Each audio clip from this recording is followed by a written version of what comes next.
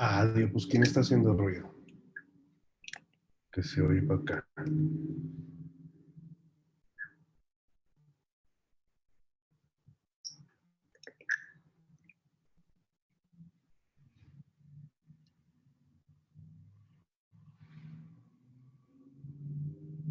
Y ahorita empezamos, nada más que sean la 1 de la tarde. Y ya nos arrancamos. Pero ese ruido, ¿dónde está? Ah, Dios, pues ¿quién está haciendo ruido? Ah, pues soy yo mismo. Que se oye para acá.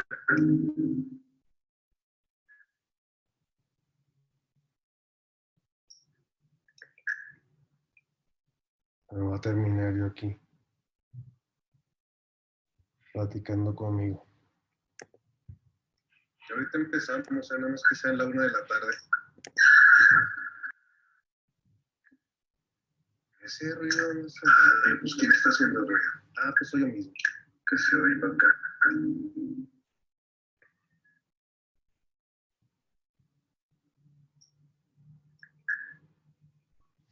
Voy a terminar yo aquí. Platicando conmigo. Y ahorita empezamos, nada más que sean la 1 de la tarde. Ese ruido, ¿dónde está? Ah, Dios, pues ¿quién está haciendo ruido? Ah, pues soy yo mismo. Que se oye para acá.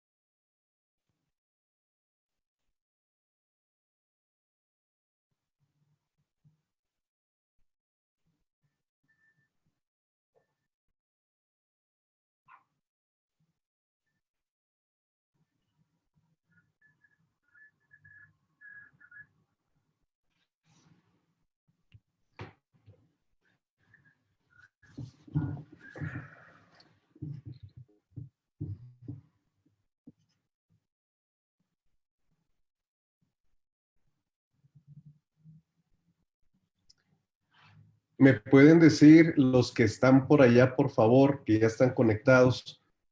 ¿Tendrían la amabilidad de poner ahí un mensajito, decirme si sí me escuchan, por favor?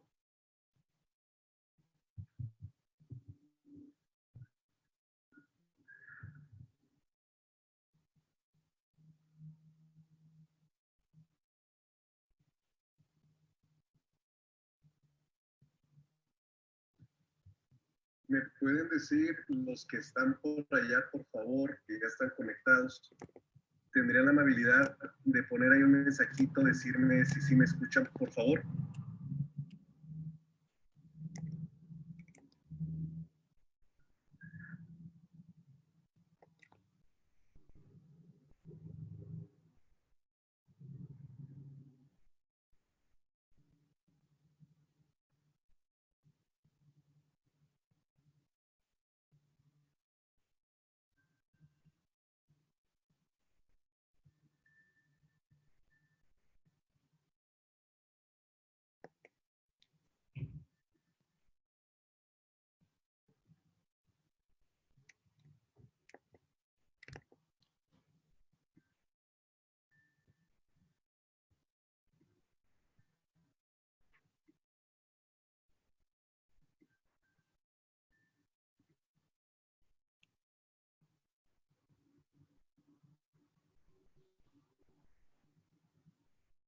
Gracias, qué bueno que se escuche.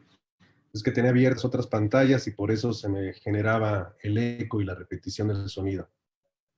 Sí, sí, fue por eso, Shevenska. Tenía abierta dos ventanas y por esa razón se escuchaba la repetición, pero creo que ya quedó resuelto.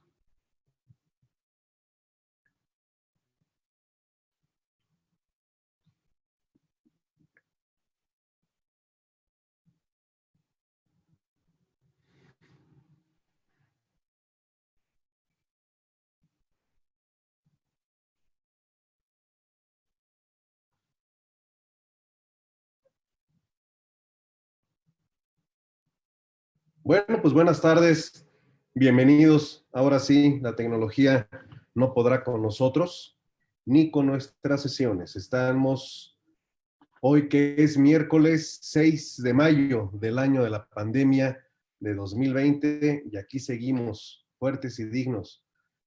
Un abrazo a todas, a todos, un saludo con muchísimo afecto. Parece que ya se resolvió el tema de las conexiones. Y bueno, pues vamos a continuar. Estamos en la clase número 32 y que la he intitulado El inicio de la oscuridad. La he llamado así por una razón en concreto. Cuando pasemos a México vamos a platicar de ello. Bueno, espero que todo esté en orden, que estén escuchando. Ya por acá estoy viendo sus comentarios. Enseguida les doy saludos. Si hay algún problema con el audio o algo, me lo pueden hacer saber por aquí o ya tenemos a nuestra querida Rosita, que es el apoyo tecnológico desde Colima. Por si algo sucede, aquí estamos a la orden. Bueno, estamos en el siglo decimonónico, todavía nos vamos a quedar un ratito en la mitad del medio, la mitad del siglo XIX, porque hay muchos temas que quiero compartir con ustedes. Ayer platicamos de Emilio Durkheim, platicamos un poquito de Sigmund Freud sobre sus concepciones y como les señalé, quería platicarles de este personaje que tienen ante ustedes. Un varón francés, joven, con algunas cuestiones propias de una familia con necesidades de recursos, pero este individuo va a iniciar en su juventud una relación de noviazgo que va a tener no un buen final porque hay una discusión de pareja. Este sujeto ingresa a la Armada francesa, al ejército francés, y en el ejército francés no logra tener mucha empatía. Es una persona que constantemente está picándole la cresta a sus compañeros de batallón y en uno de los descansos que les permiten ir a sus casas, discute con su pareja y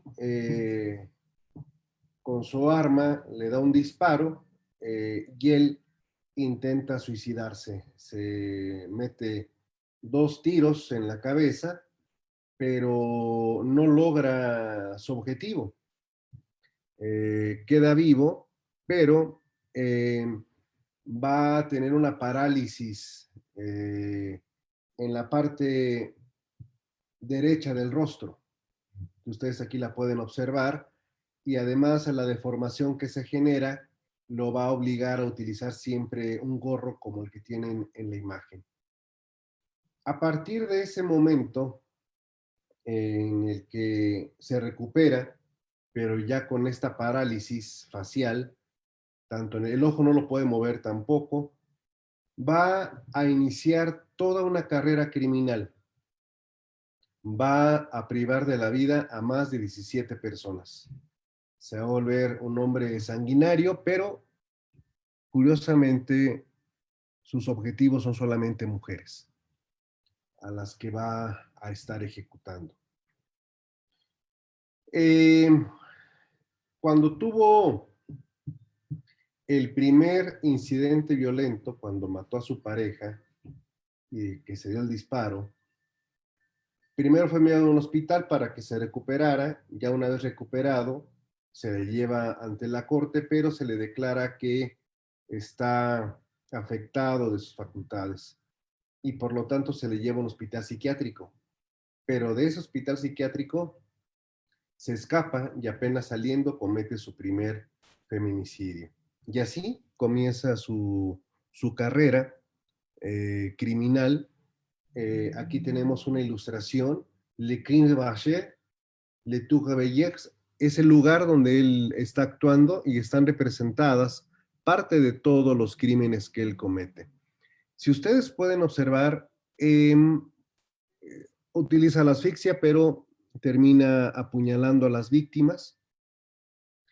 Está en la campiña francesa.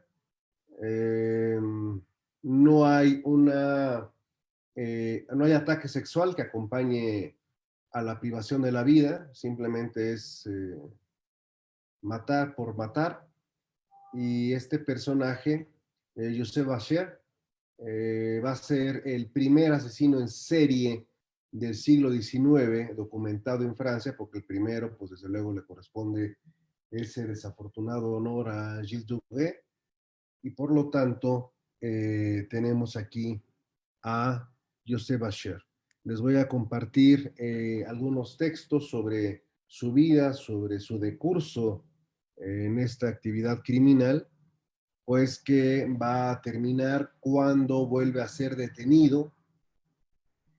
Pero este es un periódico francés, donde el Journal Illustré, donde están dando a conocer sus actividades criminales y es condenado a muerte y es decapitado, termina siendo decapitado, pero 17 inocentes mujeres perdieron la vida por este sujeto. ¿Lo afectó el disparo? No le afectó el disparo, trató de hacerse pasar por alienado. ¿Qué estaba buscando al matar a mujeres? ¿Desquitarse de la primera? ¿Desquitarse de la novia con la que tuvo una discusión? ¿Las mujeres víctimas fueron circunstanciales o fueron estudiadas? ¿Tenían algún parecido físico con la mujer que terminó rechazándolo?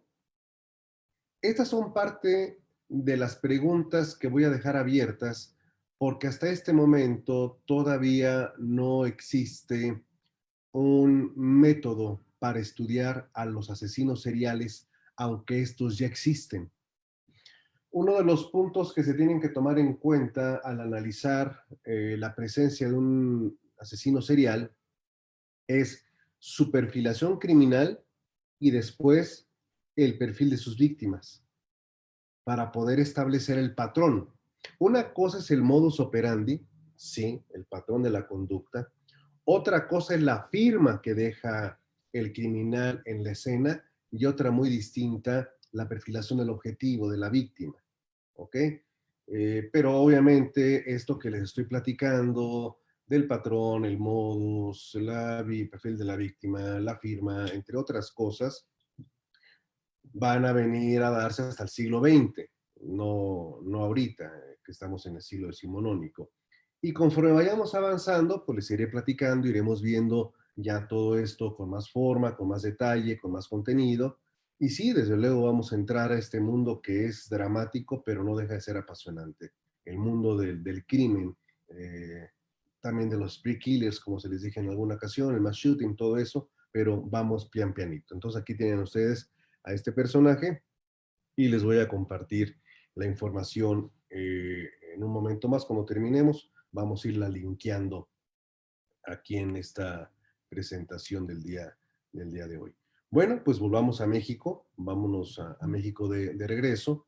Eh, Siglo decimonónico. ¿Por qué el principio de la oscuridad? Bueno, porque vamos a tener algunas situaciones en el ámbito nuestro, en el ámbito penal, que es importante que las conozcamos. Siempre, siempre he insistido en que la historia es nuestra mejor maestra, es nuestra mejor aliada. Y para acreditarlo, vamos a platicar rápidamente del Código Penal de 1871. No es el primer código, porque ya platiqué con ustedes que el primer código fue el Código de Veracruz, ¿verdad? Aquí vamos a platicar de este, que es el primer código que se da para el entonces Distrito Federal, para los territorios de Baja California Sur y para toda la República en el ámbito federal.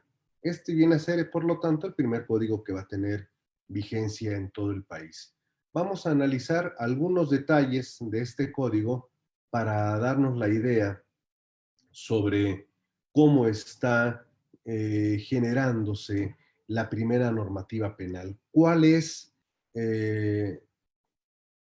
la ideología que mueve a este primer código de 1871, eh, que se da todavía bajo la presidencia de Benito Juárez? Fíjense que cuando nosotros queremos ver un código y vemos el primer artículo siempre nos da una especie de noción. Es como la primera bocanada de aire que nos da la legislación que vamos a estudiar. Y eso nos permite darnos una idea, no un prejuicio, sino una idea general de cuál es la estructura del código, qué es lo que siente ese código. Cuando platiqué con ustedes en las primeras sesiones sobre el código de Hammurabi, creo haberles preguntado que me dijeran, o eso lo hago con mis alumnas, alumnos de, ¿qué es lo primero que establecería la ley 1 del Código de Hammurabi? Algunos me dicen el poder, la teología, o sea, es decir, el poder teocrático, hay que respetar a Dios, cosas de ese tipo. Pero recordarán junto conmigo que el Código de Hammurabi, lo primero a lo que se refiere es lo que tiene que ver con la brujería. Y si la brujería está permitida, si está bien hecha, etc. Bueno, ¿qué es lo que nos dice el Código Penal de 1871 en su primer precepto? Nos va a hablar de la competencia,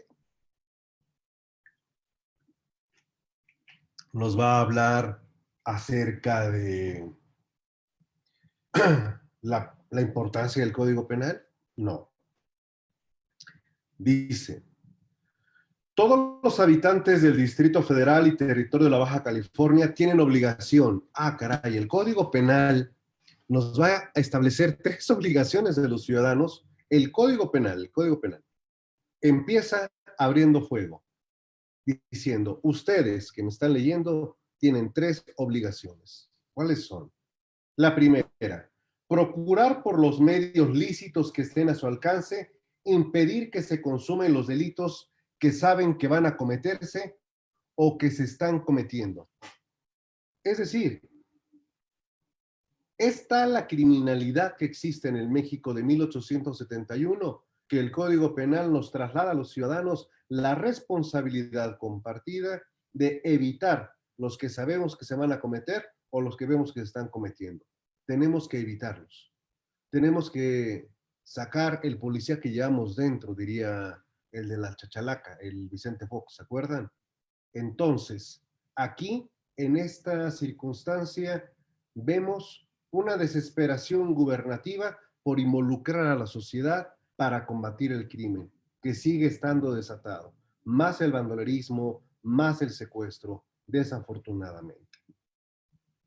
Tienen también la obligación de dar auxilio para la averiguación de los delitos y persecución de los criminales cuando sean requeridos por la autoridad o sus agentes. Este es un resabio, una reminiscencia del Tribunal de la Acordada. Recuerdan que platicamos de él, de Miguel Vázquez Lorea, de Querétaro, que ejecutó a más de 238 criminales sin previo juicio y con la única imputación de las personas que decían sí, que él es uno de ellos, y les daba crán. Bueno, el Tribunal de la Acordada nos deja todavía unos rastros aquí nostálgicos cuando obligan a ello a la sociedad y además de no hacer nada que impida o dificulte la averiguación de los delitos y castigo de los culpables. Entonces nos damos cuenta que la preocupación del régimen juarista en el ámbito de la política criminal era la elevada criminalidad existente en todo nuestro país. No por nada, 2 años antes se había expedido la ley de jurados criminales, no por nada, 10 años antes se había expedido la ley contra salteadores de caminos, poniéndolos en un régimen de excepción, permitiendo la aplicación de la pena de muerte a los que estaban involucrados en este tipo de actividades delictivas. ¿Qué era el delito o qué es el delito para el Código Penal decimonónico, el Código Penal juarense? Delito es la infracción voluntaria de una ley penal haciendo lo que ella prohíbe o dejando de hacer lo que manda. No tenemos mayor definición, mayor complicación que establecer eso. Infracción voluntaria de una ley penal haciendo lo que ella prohíbe o dejando de hacer lo que manda. Y el delito tiene 4 grados. Interesante esto, pongan atención. El delito intencional se distingue en 4 grados. 1, el conato. Número 2, delito intentado. Número 3, delito frustrado. Número 4, delito consumado. Conato, intentado, frustrado y consumado. Interesantísimo. El conato de delito es ejecutar uno o más hechos encaminados directa e inmediatamente a la consumación, pero sin llegar al acto que lo constituye. ¿Hasta qué punto se podría meter esto en el territorio de lo que ustedes y yo conocemos como liter criminis? Y bueno, este Código Penal de 1871 establece algo que en algún momento les adelanté: circunstancias que excluyen la responsabilidad criminal, la embriaguez completa, que priva enteramente de la razón siempre y cuando no sea habitual. Fíjense, embriaguez completa que prive enteramente de la razón era considerada por el Código Penal de 1871 como una circunstancia excluyente de la responsabilidad criminal. Tiene atenuantes, agravantes de primera, segunda, tercera, cuarta clase. Autoría y participación. Tienen responsabilidad criminal los autores del delito, los cómplices y los encubridores. Nada más. Aunque ya en el desarrollo de las figuras propias, pues dan cabida a varias posibilidades. Eh, Miren esto lo que dice, por ejemplo. Los que ejecutan hechos que aun cuando a primera vista parecen secundarios, son de los más peligrosos o requieren mayor audacia en el agente. Mayor audacia. Sí, desde luego que hay una gran cantidad de complicaciones en esto, establecer qué significan o que son más audaces. ¿Saben cuántos artículos tiene el Código Penal de 1871? Tiene más de 1000 artículos. Imagínense a los colegas de nuestra época, bueno, de esta época, perdón, que tenían que aprenderse o al menos tener ubicados más de 1000 artículos sobre este particular. ¿Qué delitos son los que castiga el Código Penal de 1871? Bueno, pues vamos a encontrar, desde luego, que uno de los principales delitos es lo que tiene que ver con el robo con violencia a las personas, el fraude contra la propiedad, las amenazas, pero aquí hay algunos que son interesantes. Uy, déjenme decirles que hay un capítulo entero dedicado al duelo, no, ese es buenísimo el capítulo del duelo, porque se castiga desde la reta del duelo, se les conmina a que lleguen a una conciliación, una mediación, para que no se agarren a balazos. Eh, si se agarran a balazos y uno mata al otro, el que ganó tiene penalidad, no tanto por haber matado, sino por no haberse desistido del duelo.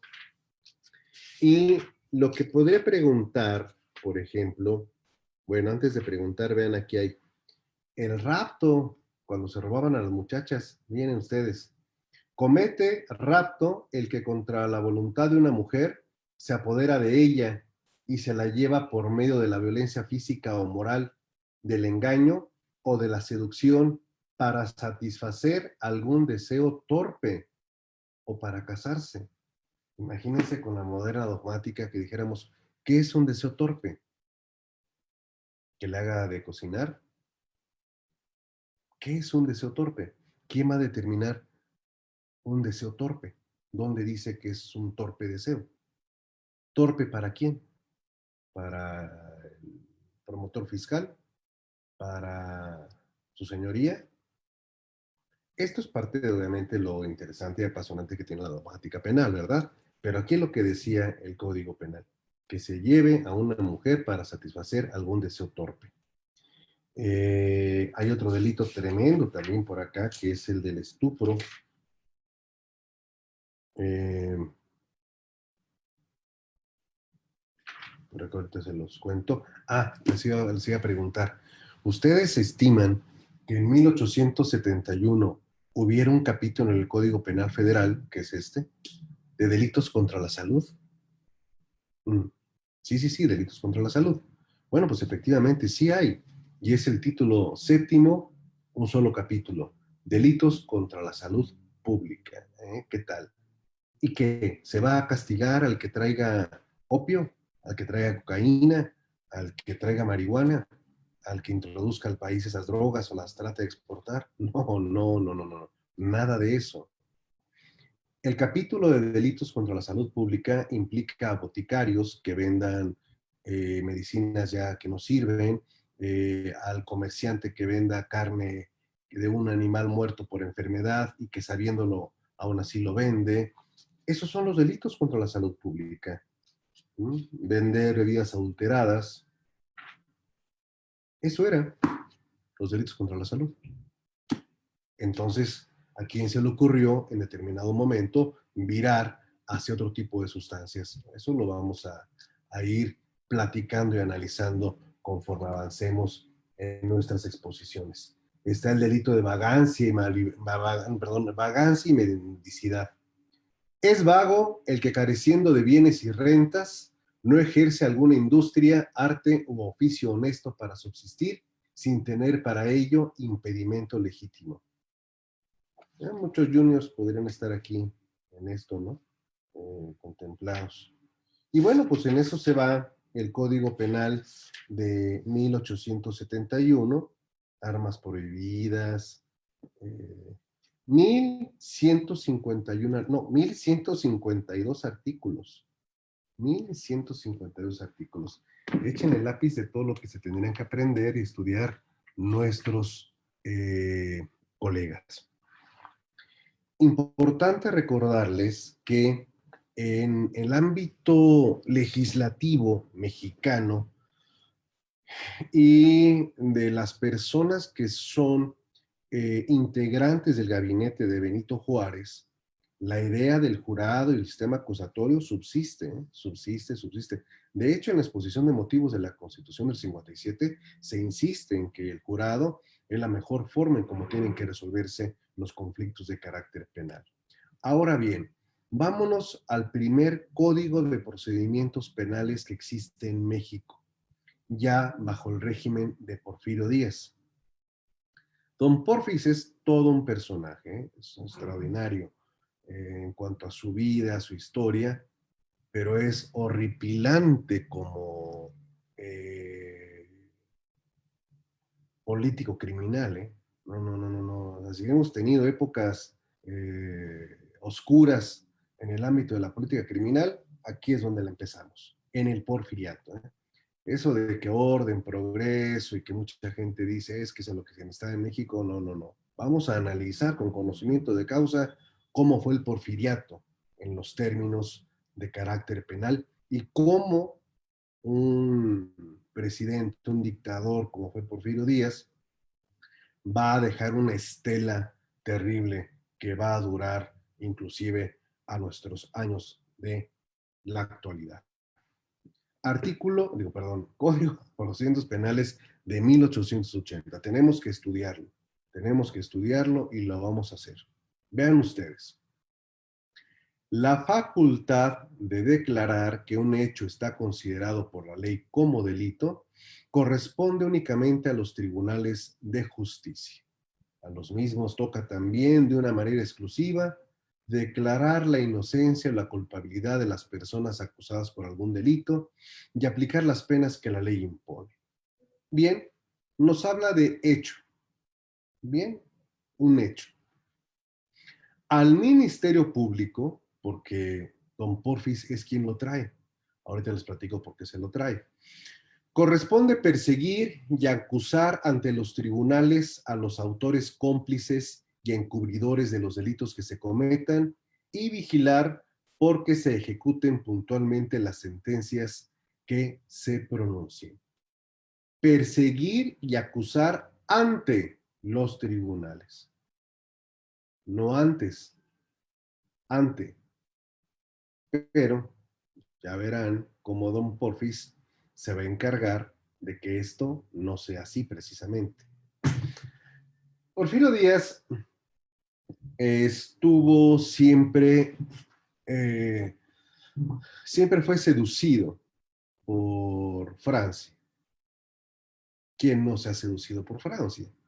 Sus vinos, su música, la Torre Eiffel, la cultura, etc. La historia francesa. Porfirio Díaz viajó en muchas ocasiones a París, Francia. Cuando estuvo en la Plaza de la Ópera y vio el monumento del ángel al lado de la Victoria, un angelito chiquito, digo, no está tan grande, él dijo, yo quiero uno igual, pero lo quiero grandote. Entonces le pidió a su comitiva que se hiciera uno a imagen y semejanza de eso para celebrar el centenario de la independencia de México. Cuando regresó de sus muchos viajes que hacía hacia aquel lado, ordenó que el Paseo de la Reforma, así llamado por Benito Juárez, que era el Paseo de la Emperatriz, así llamado por Maximiliano de Habsburgo, se hiciera y se terminara de remozar a imagen y semejanza de los Campos Elíseos. Es por esa razón que el Paseo de la Reforma de allá de la capital de la Ciudad de México, del bosque de Chapultepec al Museo de Antropología y por ahí más o menos todo eso, es una copia, es una réplica de los Campos Elíseos. A ello obedece. Pero también sucedió un fenómeno que tiene que ver tanto con lo del Ministerio Público, porque en sus viajes en Francia le dijeron, aquí el Ministerio Público existe, pues me lo traigo, me gustó esa figura, y lo inserta en el Código Procesal Penal en primer lugar que otras legislaciones, porque después va a venir una ley del MP, que la va a expedir también Porfirio Díaz.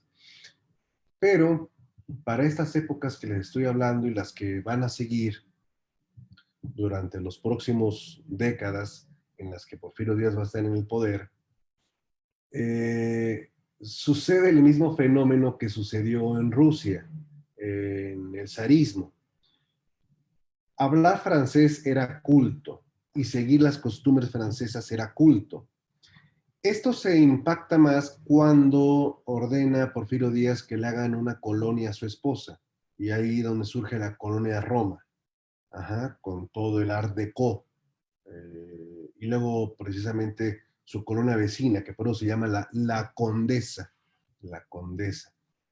Y toda esa zona, bueno, todavía deben de quedar por ahí casas muy llamativas, desde ese estilo, el Art Deco, bonitas y todo.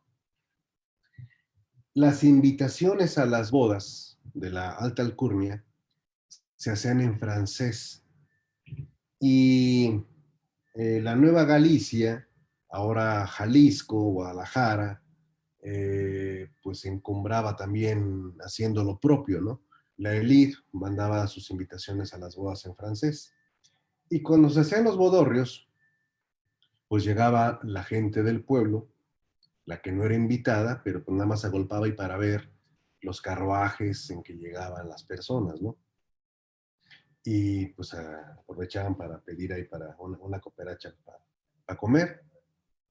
Y pues la gente iba con sus mejores vestimentas, vestidos, sus sombrerotes, los fracs, el bastón, ya saben, ¿no? El lente así de una ruedita.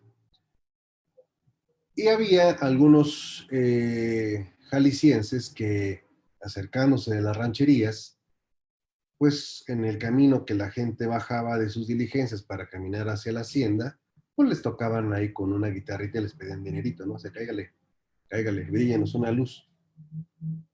Entonces la gente despectivamente se dirigía a ellos en los términos franceses, porque la invitación a la boda iban con la palabra mariage o le mariage, el matrimonio, la invitación al matrimonio. Entonces la élite les decía despectivamente a sus propios paisanos, digo así es esto, ¿no? Pero que estaban ahí pidiendo, decían, mira, los invitados al mariage. Y ahí, de ese vituperio, de esa forma de pretender humillarlos, sobre todo a los músicos que pues trataban de entonar algo, pues surgió la palabra que hoy nos representa orgullosamente a nivel internacional, el mariachi.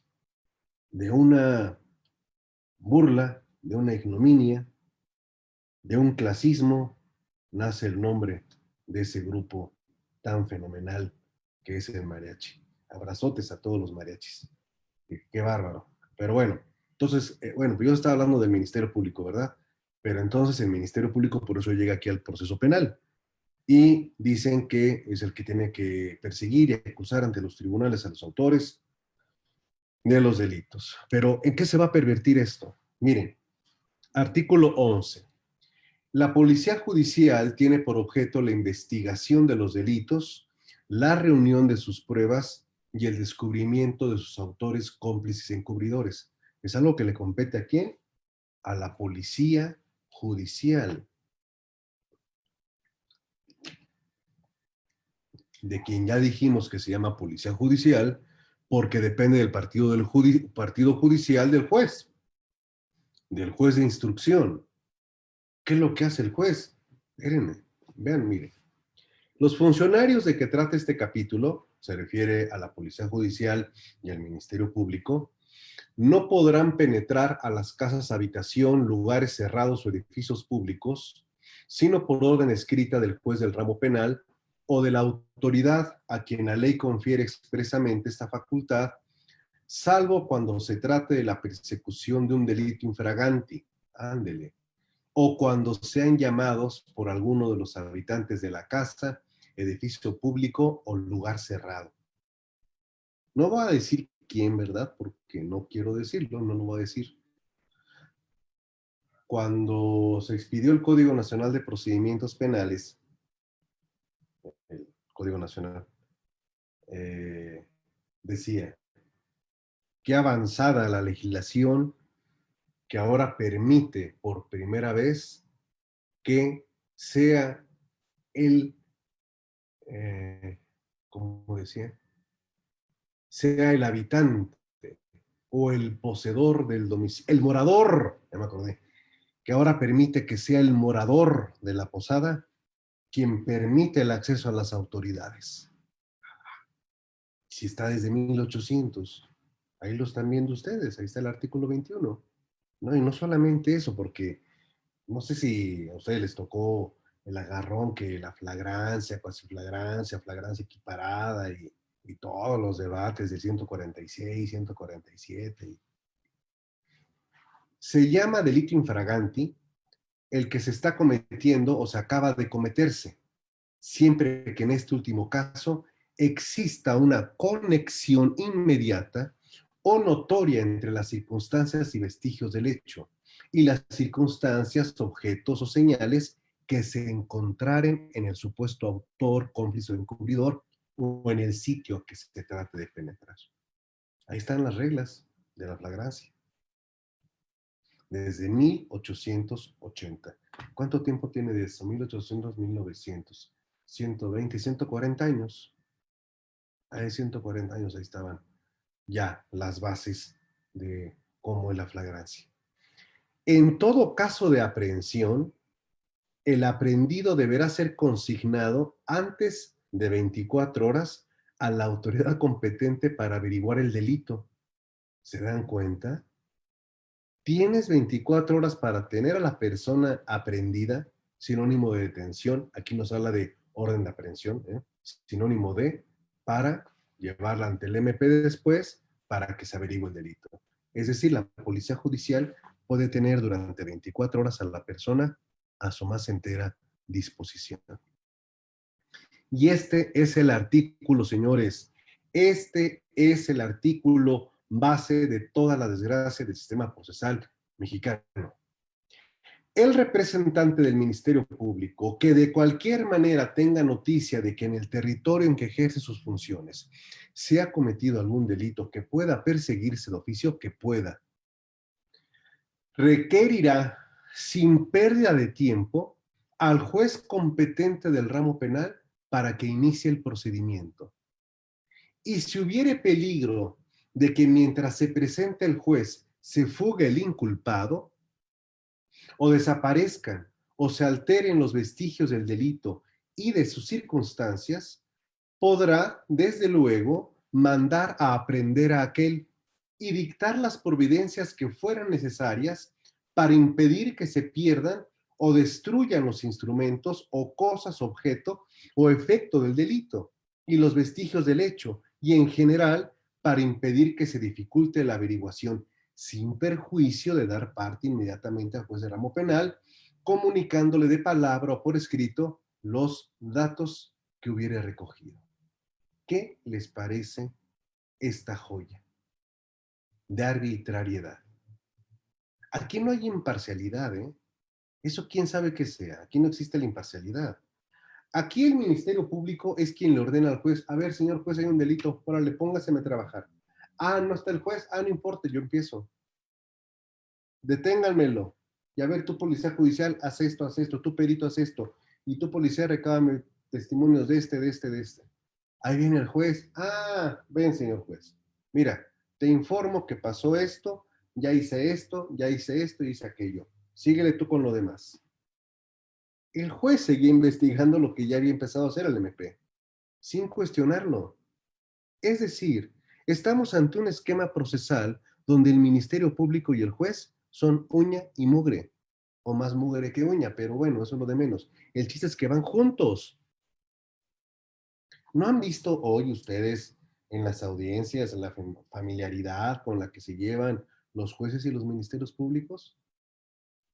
Antes de que empiece la grabación. ¿Cómo está, Mili? ¿Cómo está, Oye?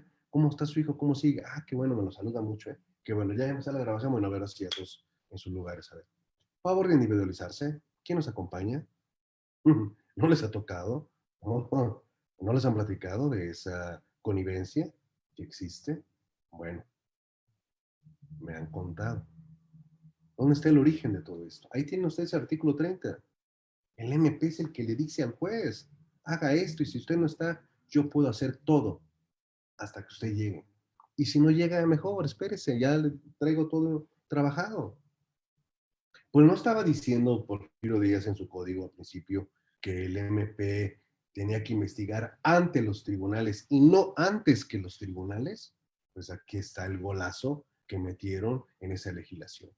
Con esto, el Ministerio Público comienza a confiscar el conflicto y a tomar la indagación como eje de control.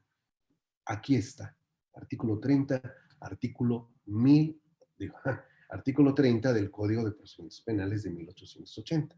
Por eso es importante, pienso, opino, sugiero, afirmo, decreto, estudiar la historia de las instituciones para poder comenzar a comprender el origen de la perversión. Imagínense a Porfirio Díaz queriendo tener todo el poder, ¿cómo no iba a darle un poder de esa naturaleza a su figura francesa del Ministerio Público? ¿Y quién no iba a querer ser Ministerio Público pues, con ese tipo de facultades? La base del procedimiento criminal es la comprobación de la existencia de un hecho o de la omisión que la ley reputa delito. Sin ella no puede haber procedimiento ulterior. Se les hace conocida esta disposición a lo que dicen, ya cambiamos el concepto de cuerpo del delito por el de hecho, que la ley señala como delito. Es un gran avance que se logra en esta constitución, en esta reforma constitucional tan trascendental para alcanzar los fines de la justicia que la sociedad mexicana ha demandado por tanto tiempo. Sí, cómo no. Ahí está, artículo 121 de la Constitución. La base del procedimiento criminal es la comprobación de la existencia de un hecho que la ley reputa delito. ¿No es lo mismo que tenemos hoy en día? ¿Cuánto les dije que son? 140 años. Entonces, nada más hacemos así como círculos, ¿no? Como que vamos y regresamos, vamos y regresamos. Si estuviera aquí con nosotros, de estos genios, de estos grandes penalistas, que sí eran penalistas, como don Franco Sodi, Chema Lozano, y tantos, Demetrio Sodi, y dirían, a ver, que tiene un nuevo sistema, a ver, que qué nuevo sistema tienen, y les enseñáramos la Constitución, y les enseñáramos el Código Nacional de Procedimientos Penales. Híjole, sí, sí, no, no, ya imagino la pitorrisa que les daría, ¿no? Y que ande ahorita donde ande y que anden muy bien, han de estar diciendo, míralos estos. Pues sí, así es, chato. Vean, cuando haya motivo bastante para sospechar que una persona es autor, cómplice o encubridor de un delito, cuando haya motivo bastante para sospechar, debe procederse a recibirle declaración indagatoria. Pregunta, ¿qué es el motivo bastante para sospechar? ¿Y quién es quien va a sospechar? ¿Puede sospechar el juez? Claro. ¿Puede sospechar el MP? Claro. ¿Puede sospechar la policía? Claro. Los tres son uno solo. ¿Se acuerdan que les han dado clases ahora que la triada procesal y que no sé qué tanto? ¿Sí? La triada procesal, ahí está. La triada procesal eran el Ministerio Público, la Policía Judicial y el juez. Esa es la auténtica triada, no hay otra. No hay otra distinta. Después de exhortar al inculpado, se le exhorta, señor inculpado, para que se produzca con verdad, Se hará constar en la declaración indagatoria su nombre, apellido, patria, habitación, estado, profesión y edad, y enseguida se le va a interrogar. ¿Han visto películas de Juan Orol? Películas de la época de oro del cine mexicano, donde salen los detectives enfundados en sus trajes, gabardinas y sus sombreros, y una libreta, como mi gran libreta que siempre presumo, si los han llegado a ver, que dicen, ay, sacan aquí sacan el lápiz, y no sé por qué siempre lo mordían y le, qué asco, pero bueno, y decían, a ver, señor, eh, ¿sabe usted que han matado a Catalina Correa? ¿En qué sitio se encontraba usted el día que se cometió este delito? ¿Con qué personas estaba usted acompañado? ¿Conoce usted a quien mató a esta persona? ¿Ha estado usted con ellas? ¿Lo han visto en las películas? Bueno, si no lo han visto en las películas, aquí lo van a ver, porque de aquí viene esta práctica de preguntar eso. Se le tiene que interrogar. ¿Ha tenido noticia del delito? Sobre el sitio o lugar en que se hallaba usted, el día en que se cometió el delito, con qué personas se acompañó para ir a verificar, y si conoce a las personas que son reputadas autores, cómplices, encubridores, y si estuvo con ellas. Eso se le va a preguntar a la persona que se va a detener por sospecha. ¿Y cuál es el motivo para tener sospecha? Que andaba por el lugar, que vean cómo viste, que tiene antecedentes de criminalidad, que vale nada más el rostro criminal que se carga. Cualquiera puede ser. Y terminada la declaración, se le va a hacer saber al inculpado la causa de su detención, el nombre del quejoso si lo hubiera, y se le advertirá que puede nombrar un defensor si desde luego quiere hacerlo. Ándele, ¿qué tal? ¿Eh? ¿Qué Estado democrático de derecho ni qué ocho cuartos? Primero te detengo, te interrogo y luego te advierto que si quieres puedes tener defensor si quieres y si no, pues no. ¿Y la Constitución? ¿Se imaginan a nuestros antepasados cómo tuvieron que pasar suplicios para defender a una persona en estas condiciones? No, y espérense, que eso no es todo. La detención trae consigo la incomunicación del inculpado para levantarla durante los 3 días que aquella deba durar, así como para prolongarla por ese tiempo, se requiere mandamiento expreso que se comunicará por escrito al alcaide o jefe de la prisión. ¿Quién va a hacer ese escrito? Puede ser la policía judicial, puede ser el Ministerio Público o puede ser el juez. Digo, ustedes están muy jóvenes, pero en nuestras épocas, de los 90, 2000, había una figura terrible que se llamaba el arraigo. Ay, ¿se podrá duplicar el arraigo? ¿De dónde viene eso? No crean que se les ocurre a nuestros legisladores o a los políticos que asesoran a quienes hacen las leyes. No, son los resabios de estos sistemas. Se puede detener a una persona, se le va a incomunicar 3 días y se le puede ampliar por otros 3 días más. Entonces, cuando ustedes llegaban al cuartel de policía a decir, soy el abogado de tal persona, ¿qué cree Milik? Ahorita no lo puede ver porque está incomunicado, hasta que termine la incomunicación. ¿Y cuándo va a terminar Milik? ¿Quién sabe, Milik? Porque vamos a pedir una duplicidad, otros 3 días más. Ahí cuando termine le avisamos. Mm. Ahora entendemos por qué se generó en México la costumbre del amparo contra incomunicación y por qué las autoridades dicen se está abusando de la figura del amparo, porque el amparo es el compañero de viaje más molesto para cualquier político que ejerza poder, sea presidente municipal, sea gobernador, sea presidente. El amparo es el incómodo compañero de viaje de una administración. Tal cual. ¿Sabían ustedes que la primer reforma, bueno, la segunda ley de amparo en la administración de Benito Juárez se motivó porque Benito Juárez se molestó porque no podían trasladar a un detenido de una cárcel a una militar, porque su abogado promovió un amparo y le dieron la suspensión? Así está, vayan a la exposición de motivos. Todas las reformas que ha habido en la ley de amparo no han sido para aumentar su poder, sino para restringirlo, para restringir la suspensión, para restringir los efectos, para hacerlo más técnico, para hacerlo más complejo, para hacerlo más enredado. Y si no, díganme cuántas tesis encontramos contradictorias en materia de aplicación de la ley de amparo al día de hoy. Eso todos plan con maña.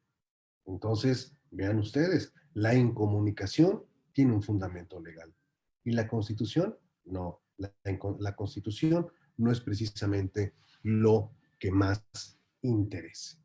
Ahí están las bases de todo un nuevo proceso inquisitorial. Antes del 392, sí, 392, dice, no puede condenarse al acusado, gracias, sino cuando sea probado que existió el delito y que lo perpetró. Ah, caray. Probados estos hechos, se presumirá que el autor obró con dolo, a no ser que se averigüe lo contrario. A ver, no me puedes condenar hasta que pruebes que existió el delito y que lo cometí. Bueno, ¿y qué prueba puedes utilizar para demostrar que yo lo cometí? Sencillo, sencillo, sencillo. Artículo 395. La ley reconoce como medios de prueba, número uno y en primer lugar, la confesión judicial. Pues, ¿para qué crees que necesito tenerte 6 días incomunicado? Ya con tu confesión, ahí está el morido, ahí está el muerto, se acabó. No necesitamos de más. Genial, ¿no? ¿Quieres combatir el crimen? Hazte un código a modo y se acabó. Y vas a llenar tus cárceles de escoria, de escoria y de escoria y de escoria. Vamos, se acabó, ya confesó, confesó, confesó. Listo. Ahí están los inicios de la maquinaria. Dice el propio Código Procesal Penal. Ay, la confesión judicial hará prueba plena. Ah, qué tiempos aquellos. Cuando esté acreditado el hecho, sea hecha por una persona mayor de 14 años de edad, ante el juez del tribunal, y que venga acompañada de otras pruebas o presunciones que la hagan verosímil. Claro. Vean, esto es en valoración de la prueba. ¿Qué sirve? Dos testigos que no sean inhábiles harán prueba plena si concurren en ellos los requisitos siguientes: que convengan en la sustancia y en los accidentes y que hayan oído pronunciar las palabras sobre lo que deponen. Testigos de oídas, autorizados, legitimados por un código procesal penal. Con que vengan dos personas que convengan en la sustancia y en los accidentes y que hayan escuchado, es más que suficiente. ¿Se acuerdan del Directorium Inquisitorium? Aquel, el del siglo XIV que platiqué, que se los compartí. Que espero que lo hayan leído porque si no sus almas van a arder como chicharrón o como trompo del pastor, ya tengo hambre, como trompo al pastor, así por la eternidad y la eternidad, si no leyeron el Directorio Inquisitorium. ¿Se acuerdan que decía que los testigos con que hayan escuchado eran válidos? Por favor, 1880, artículo 403, fracción segunda, que hayan oído pronunciar las palabras.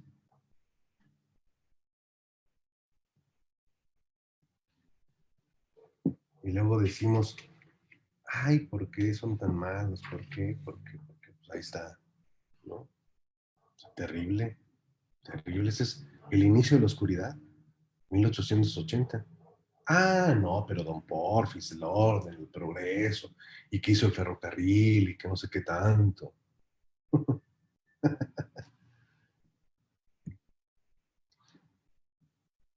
Luego hicieron otro, 14 años después, para acomodar los capítulos, porque era un relajo, era un relajo. 1894. No va a tener grandes cambios.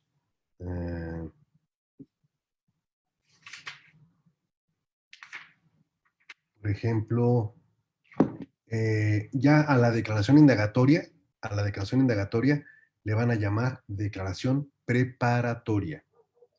Y el código de 1894 ya va a manejar el concepto cuerpo del delito. Vean ustedes. El agente de la policía judicial que practicara las primeras diligencias y el juez que tome conocimiento del negocio deberá ante todo procurar comprobar el cuerpo del delito como base de la averiguación, pero nunca dice que es el cuerpo del delito. De eso se van a encargar después los intérpretes de la ley, que, bárbaro. Ay, vean nada más esta, ¿eh? Los defensores son responsables para con los procesados de todos los daños y perjuicios que se les originen por no haber intentado los recursos que procedían o por haberse desistido o abandonado los promovidos. No, no, sí, contra la defensa, siempre todo, todo. Los testigos siguen siendo lo mismo, testigos de oídas, nada cambia. Nada más acomodaron los capítulos, única y exclusivamente. ¿Qué tipo de justicia se puede esperar en esos tiempos? Antes de pasar a esta, porque estamos hablando de, bueno, de una vez se los cuento, que me dio coraje. Pero bueno, ahorita les cuento otra historia, pero este señor, véanlo nada más, este caballero. Este señor trabajaba como peón en una hacienda en Sinaloa. Él es originario de Sinaloa. ¿De dónde es? Creo que del Fuerte o de Ahome. Ahorita me acuerdo. Pero este men, que ven ustedes ahí, se enamora de la hija del hacendado, así como le pasó a aquel men de Nayarit, al tigre de Álica. Y este men empieza a reclamar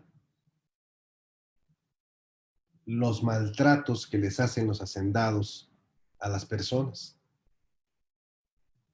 Y se revela, deja la hacienda y empieza a llamar a la gente a que se pongan las vivas.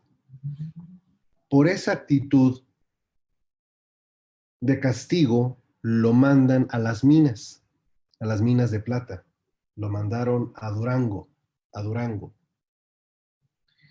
Y en Durango conoce a otra joven muy guapa, que se enamoran los dos, pero traía a otro pretendiente. Este pretendiente, para quitárselo del camino, inventó un robo de barras de plata que él no había cometido. Entonces lo detienen y lo llevan al bote. Esta historia de este hombre, así como se las voy a poner, la pronosticó Alejandro Dumas en El Conde de Montecristo. De ese tamaño, ¿eh? Eso es un análisis que todavía no se ha hecho, o quizá por ahí debe estar, no digo que no exista, pero ¿por qué? Porque cuando lo meten al bote, a este joven, le toca como preso a un español socialista que estaba en México. Él le platica y le enseña a leer, y le enseña a leer así manuscritos de Marx, de algunos ilustradores franceses, y cuando sale de la cárcel este señor, hombre, ¿para qué les cuento? Fue a levantar toda Sinaloa. Toda Sinaloa la fue a levantar. Para levantarse en armas contra el gobierno, contra la opresión, etc., etc., etc. Este señor que tienen ante ustedes es don Heraclio Bernal, el Rayo de Sinaloa. Investiguen, lean de su vida. No, no, no saben. ¿Qué Robin Hood ni qué nada? Este señor de bandolero terminó convirtiéndose en un héroe para toda la gente de Sinaloa. Don Heraclio Bernal. ¿Qué tiene que ver esto? Uf, y más allá en esa tierra. Ay, bastantito. ¿Por qué? Por aquí les presento a otro. Este señor, también bandolero, contemporáneo de Heraclio Bernal, pero no compañero de andanzas, aclaro. También se le atribuía que le robaba a los ricos para dar a los pobres. Y se le puso un apodo, porque como siempre atacaba aprovechándose de los arbustos, le pusieron el mal verde. El mal verde. Malverde.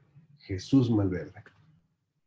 ¿Saben que cada 3 de mayo se les hacen fiestones a una capilla donde aparentemente él fue colgado? Porque murió colgado, precisamente porque era, como ya lo platicamos, las penas que se imponían en aquel tiempo. Jesús Malverde. Es toda una historia, todo un fenómeno, al igual que el de otra figura de la religión católica que es San Judas Tadeo.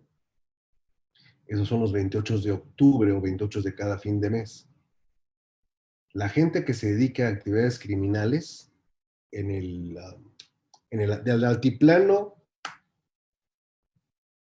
del altiplano hacia, yo creo que es hacia los valles, nada más, del altiplano hacia los valles, o sea, me estoy refiriendo eh, abajito del Bajío, será Estado de México, partes sures de Guanajuato hasta Oaxaca. No sé si en otras partes más, ahí sí lo ignoro. En el caso de San Juan Tadeo, la gente que se dedica a actividades criminales y otra gente que no, uy, lo tienen así como que lo grande.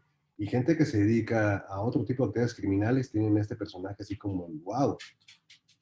Eso es un tema que en su oportunidad vamos a analizar sobre la cosmovisión de este tipo de personalidades, su influencia en el crimen, en los mitos sociales, etc., etc., etc.